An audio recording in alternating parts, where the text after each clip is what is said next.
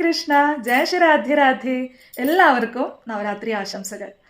ഇന്ന് കലിയുഗത്തില് ഏറ്റവും കൂടുതൽ ദുരിതം അനുഭവിക്കുന്നത് സ്ത്രീകളാണ്.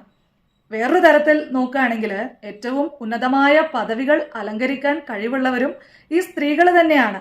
ഇതിന്റെ ഒരു കാരണം എന്ന് പറയുന്നത്, സ്ത്രീകളെ മറ്റുള്ള ആളുകൾ ദ്രോഹിച്ചും ചൂഷണം ചെയ്തും അവരെ തങ്ങളുടെ കാമത്തിനും സുഖ സൗകര്യത്തിനും തങ്ങളുടെ ആർഭാടത്തിനും വേണ്ടി മാത്രമായി ഉപയോഗപ്പെടുത്തുമ്പോൾ അതിനെ ചെറുക്കാൻ ദൈവിക ഗുണമുള്ള അല്ലെങ്കിൽ ഡിവൈൻ ഫെമിനൻ ആയിട്ടുള്ള ദേവിയുടെ അതേ പ്രതിച്ഛായയുള്ള സ്ത്രീകളെ ദേവി സൃഷ്ടിക്കുന്നു.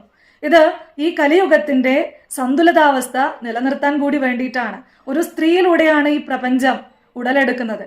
ആ സ്ത്രീയിലൂടെ തന്നെയാണ് ഈ പ്രപഞ്ചത്തെ നിലനിർത്താനും സാധിക്കുക. അപ്പൊ ആ സ്ത്രീയെ ദേവിയെ പോലെ ആരാധിക്കണം, പൂജിക്കണം, മാനിക്കണം. ഇങ്ങനെയുള്ള ഒരു പുരുഷനെ മാത്രമേ യഥാർത്ഥ പുരുഷനായി അംഗീകരിക്കാൻ സാധിക്കുകയുള്ളൂ. സ്ത്രീകളോട് പറയാനുള്ളത്, നിങ്ങൾ നിങ്ങളുടെ ഉള്ളിലുള്ള ആ ദേവീ ശക്തിയെ തിരിച്ചറിയുക.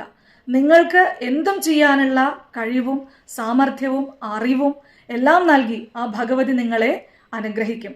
ആ ദേവിയെ നിങ്ങൾ ഉപാസിക്കുക. ആ ദേവിയുടെ നാമം എപ്പോഴും ഉരുവിട്ടുകൊണ്ടിരിക്കുക. ആ ദേവിയുടെ അനുഗ്രഹത്തിനായി പ്രയത്നിക്കുക. നിങ്ങൾക്ക് ഭഗവതിയുടെ അനുഗ്രഹം ഉണ്ടാവട്ടെ. സർവം ശ്രീ ജഗദംബാർപ്പണമസ്തു.